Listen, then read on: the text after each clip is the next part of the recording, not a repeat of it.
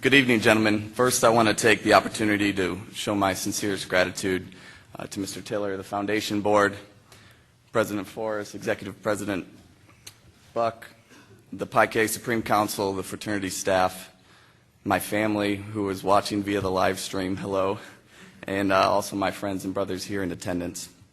It's certainly an honor and a privilege to be named this year's Robertson Most Outstanding Undergraduate, and I'm very excited to deliver to you my story tonight in Pi Kappa Alpha. During my collegiate life, I was often asked, what does Pi Kappa Alpha mean to you?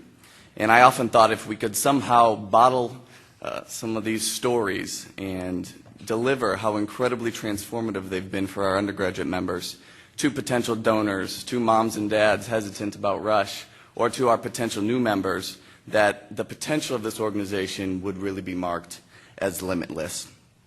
I'm humbled to be here tonight to share my story in hopes that each of you will feel compelled to give a little bit more to Pi Kappa Alpha than you have today.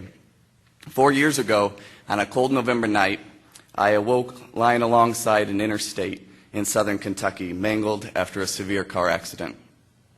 On our way to our chapter's annual pledge retreat, my brother lost control of the SUV. Violently turning the wheel to regain control, he flipped us over the guardrail and 5 times subsequently into oncoming traffic. I was ejected some 100 feet from the back seat, and as I saw my head nearing the pavement, I thought to myself that at the ripe age of 19, my life may have come to a close. My involvement in Pi K actually up until that point had been somewhat underwhelming, so much so as that I debated whether or not to go to that retreat or if Pi Kappa Alpha was the right choice for me at all.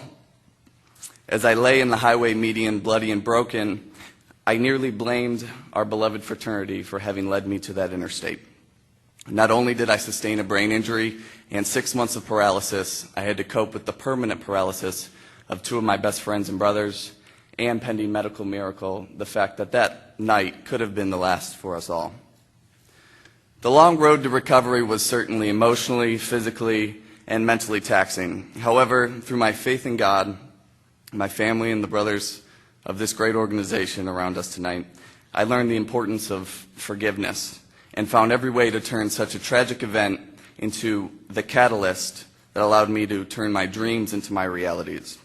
I would never wish such a horrendous experience upon anyone, but I would say confidently today that it may have been the best thing that has ever happened to me in my entire life, because it is through adversity which shows the true character of a man.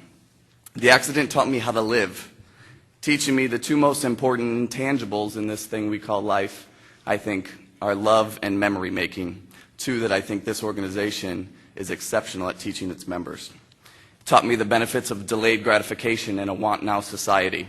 But most of all, it forced me, and at the time, young, 19-year-old fraternity man, which I would consider a strong, independent, and perhaps proud omnipotent, to let my guard down and play witness to the selflessness and other-centered individuals that we have in Pi Kappa Alpha, those of whom I had come to doubt.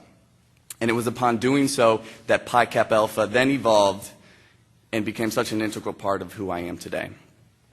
What Pi Ka gave to me in such a dark time in my collegiate life, one in which I should be asking pretty sorority women to formals, not retraining myself how to walk in a back brace and a walker, really can't be summarized in this 5-minute speech.